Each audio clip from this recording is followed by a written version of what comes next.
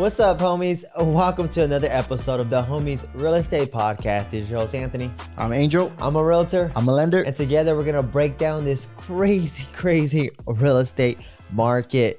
It's the beginning of the month, Angel. What time is it? It is market update time. Yep. We're going to go over Los Angeles County market updates. Did the real estate market continue to go down, or are we starting to see prices increase?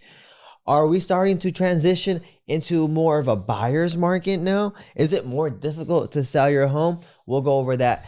But first things first, Angel, let's just do rocket rounds. I'm going to go over all the data quickly. Me and you will dissect it and then give our advice for buyers and sellers. So let's hop right into it. The median sales price for Los Angeles County increased from August 2022 to September 2022 by $5,000 to $845,000. However, when we look at median price per square foot, which I think is a better indication of where the market is heading, it has decreased from $584 per square foot in August 2022 to $570 in September 2022. Now, when we look at how fast homes are selling in Los Angeles County, the median days on market currently sits at 21 days. So that's an increase of 5 days from last month.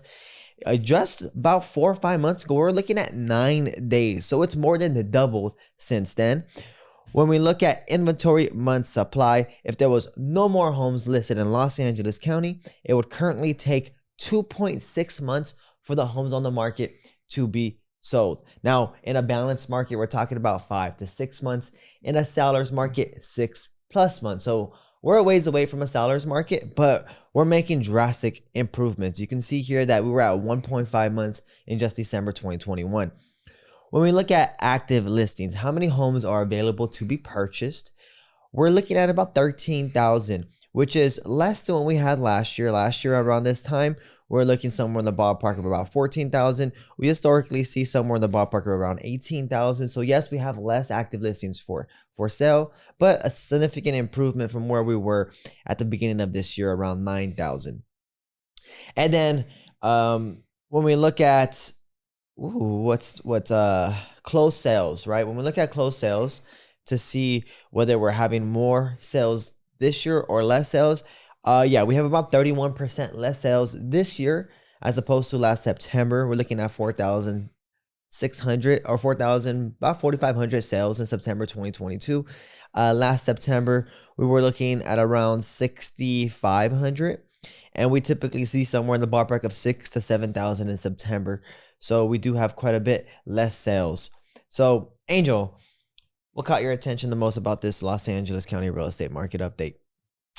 The purchase prices went up, right? Sales price went up, the median sales price. I know both me and you projected that we thought it was going to go lower. So it went up $5,000. It did. That really caught my eyes. What's the days on market? I think I missed that one. The days on market was 21. 21 days now. Wow. What's last month? 13? 16. Wow, yeah. So I mean, it sounds right? It's we're going back to what we feel like a normal market before, pre-pandemic, and it was normal for homes to sit on the market for 21 days. And I think people we're all just adjusting to it now, right? And yes, even with agents, I think a lot of listing agents were getting a little scared when their home weren't getting offers in the first 10, 12 days, weren't getting the traction they need. Exactly. But now it's just becoming more common where people aren't getting offers till after 3-4 weeks on the market. And one thing I've noticed a lot in LA County is the sales price has gone up, right? So maybe in the next month we'll see it, but I see homes listed a lot more, I guess, aggressively, like a lot less. I see homes a lot, like 2 months ago, homes in the 600,000s were really rare. Now I'm seeing a lot of homes on the market under $700,000, right? And talking about good homes, nice 3-bedroom, 2 baths, spacious homes that are being priced correctly. So those are the things I'm seeing in the market right now. Yeah.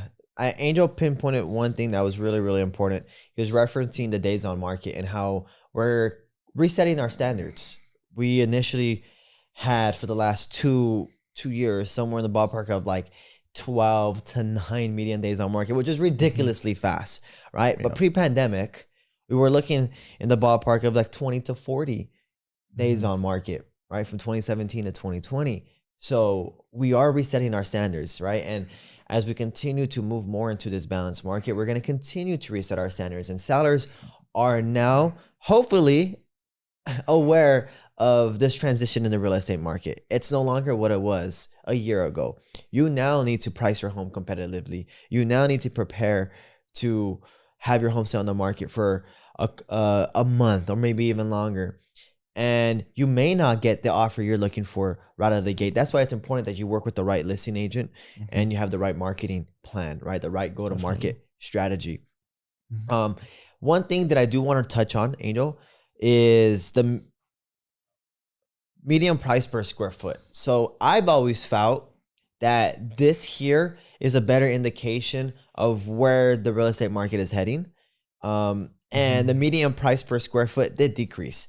And basically since May, where it was $621, since then it's decreased every single month, right? And median price per square foot tends to be a little bit more linear, a little bit more predictable. It tends to follow the market a little bit better, in my opinion. So we're seeing this decrease every single month down to $570.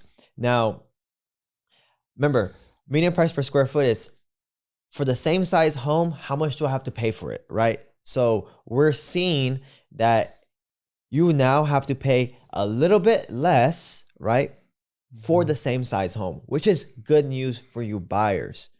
So this is a really, really good indication of where the market is heading, in my opinion. So I would hone in on this as opposed to median price per home sold, right? Just because you can get, a home for 1,000 square feet that's $800,000, and then you can get one for 2,000 square feet that's also $1 million, the same price, but you really care about how much you're paying per square foot at the end of the day. That's what most people tend to care about.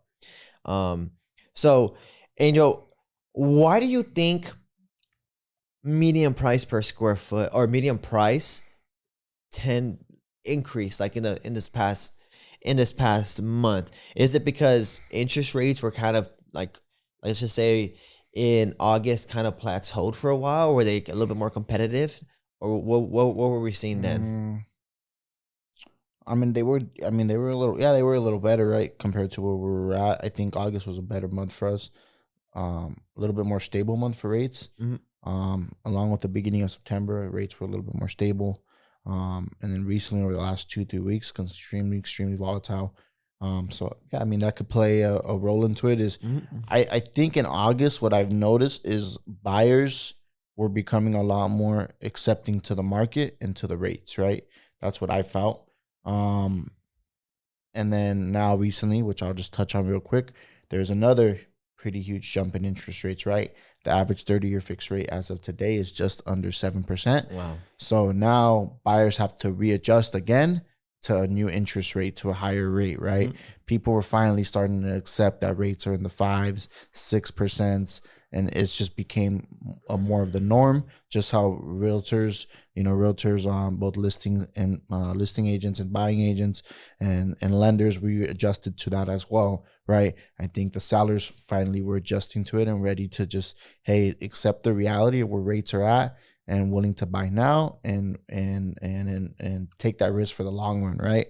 Or refinance. Look at the bigger picture, and willing to refinance later.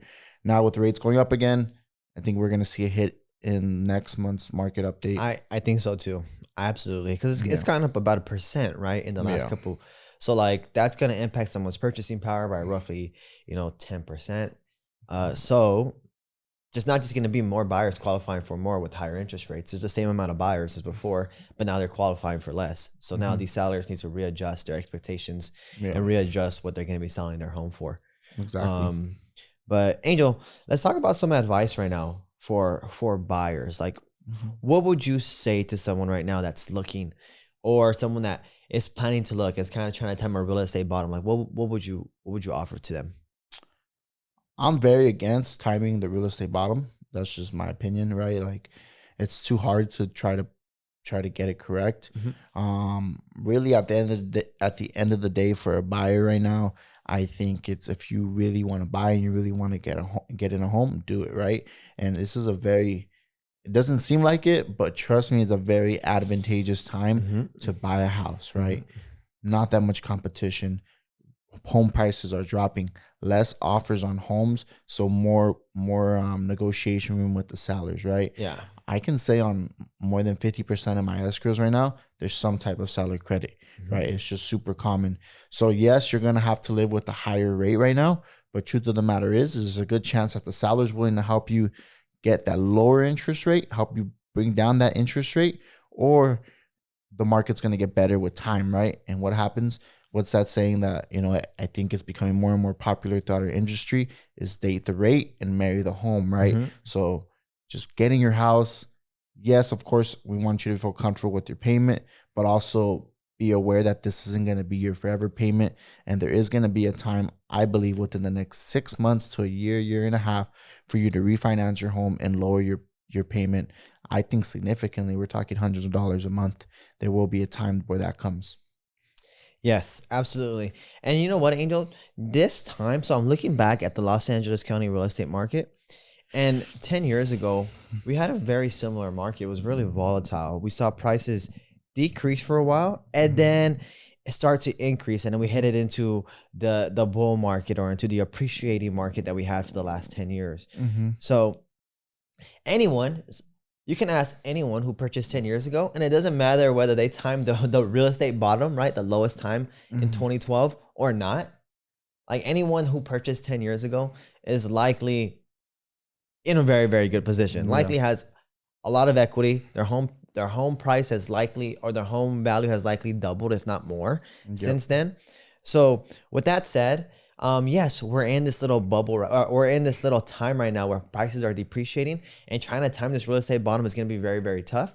But in 10 years, you're going to look back at 2022 and be like, I'm just grateful I purchased. It doesn't matter whether I purchased for $50,000 more a couple months ago, or I purchased in October for $50,000 less. Like, if your home is going to be worth 2 times the value in 10 years, you really don't really care. And you get to now set your foundation and all the benefits that come with home ownership, aside from the wealth building, right? So that's just something to think about. Like, don't try to time a real estate bottom. Where real estate, especially we're lucky in Los Angeles County, it's very predictable. It's going to appreciate over time. And I just kind of want to give you, I guess, like a little client timelines. Like, these are messages I get from clients, and this is through different times in my career. Right before the pandemic, right when the pandemic started, everyone who bought before the pandemic was like, "Oh, I'm glad I bought a house right now," right? Because it's pandemic time, everyone was scared. So the clients I helped before the pandemic were like super grateful that they had bought a house already, right? Then we had the clients in the beginning of the pandemic, happy that they got on a home because rates went down, everything was looking good, right? And so they're like, "Oh, I got in with the good interest rate. I'm happy I bought my house," because they're looking at the future, right? And so not the future, but okay, let me backtrack that. Excuse me. So let's see, like, people right now that bought 3-4 months ago when rates were like 4 or 5%, and they're like, "Damn, rates are so high," are messaging me like, "Oh my goodness, I'm so happy I got in at the right time before the rates went up to 7%," right? Then the people who bought at the 4 or 5 months mark, I had clients previous to that, a few months before, who are messaging me saying, "Oh, I'm glad I bought during the pandemic," or "I'm not during the pandemic. I'm glad I bought when rates were low, even though the market was super competitive," right? And it's just I just noticed it's very linear, or is that correct? Linear. Like, a previous group of clients message me when another group of clients are buying, saying that they bought at the right time, right? And I think it just goes back to show, and I hope I'm making sense, is that the right time to buy is when you're ready, right? And it's just gonna seem like it makes sense because, how Anthony said, real estate's it normally goes up, right? It tends to be appreciating, especially in LA County.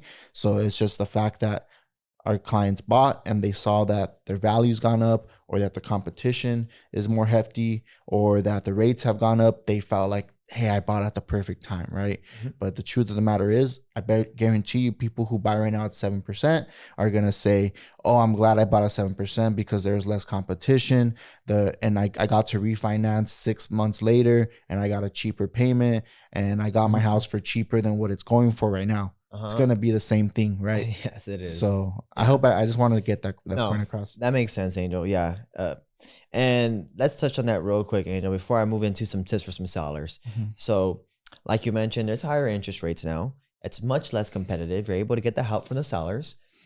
And once interest rates do drop back down, we expect there to just for the buyer friendly to resume again. Those people that were itching to purchase didn't just give up forever. Like, no, they're not going to give up forever. They're going to likely re-enter the market once interest rates drop back down. Yep. And unfortunately, too many of them are going to try to re-enter the market at the same exact time, as opposed to kind of spreading it out so that they're able to purchase a lot easier. So then the buyer friendly is going to continue. Whoever purchased real estate now or had already owned real estate is going to see their property value skyrocket, because now there's a bigger pool of buyers qualifying for more. The home across the street sells for $100,000, maybe $200,000 more than what you purchased your home for, right? You now refinance to a lower interest rate, and then bam, you now not only do you have $200,000 more equity, but now you have a lower interest rate, right? And you're very likely going to have a much better payment than the person who just purchased across a street a year later because they wanted a lower interest rate to start off with. So there is a little bit of sacrifice there. And not to mention, because you purchased with a lower purchase price, you get lower property taxes. So you set a lower basis on that end too. Very big right there. So there's a couple reasons, well, actually quite a few reasons to purchase now, as opposed to waiting when interest rates drop back down. Again, it is something that you need to talk to your family about and be comfortable with the monthly payment. Very important. Because that's the most important thing at the end of the day. But if you're able to sacrifice a little bit, knowing that interest rates will very likely get better within the next year to 2 years, and at that point you can refinance, then just, you need to talk to your family and decide whether it's that time to make that sacrifice. Yep. Angel, I want to talk to sellers right now and give them a little tip.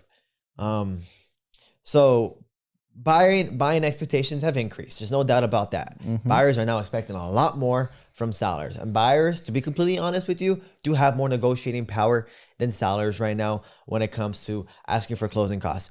Unless it's a home that is marketed tremendously and is very well priced, and those homes are still going to get multiple offers and likely go over asking price.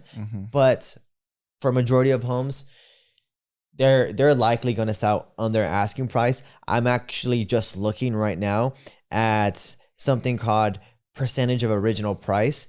And right now, 98.5, a home that's listed sells for 98.5% of its original price. So this is the first time that we dropped under 100 since the pandemic has started.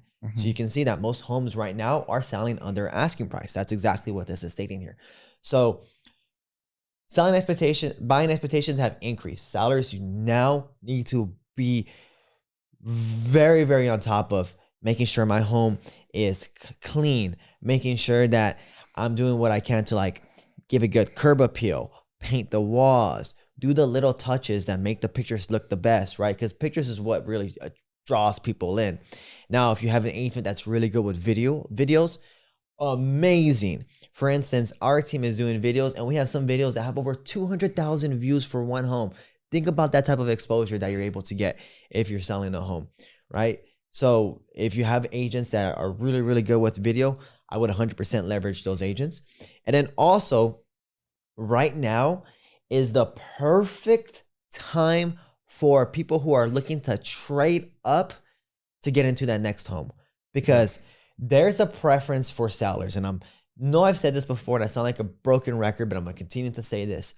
At the very top is the all cash offer. Conventional 20% down, conventional 5% down, FHA, VA, down payment assistance. At the very bottom of the tadpole is a seller, a buyer that needs to sell their home in order to purchase, because now the seller on the very top that needs to sell that's selling their home needs to worry about two sets of buyers, all their contingencies and everything in between. And there's so much more that can happen when you have to worry about two sets of buyers for that deal to fall apart. So that's the reason why those people are at the bottom of the tadpole. But because there's less offers right now, those offers are now being considered, right? So now you're able to sell your home concurrent on purchasing your next home. And if you're looking to trade up, again, you're buying that traded up home for less because it's a depreciating market right now. Prices have not depreciated, but have gone down recently in the last couple of months.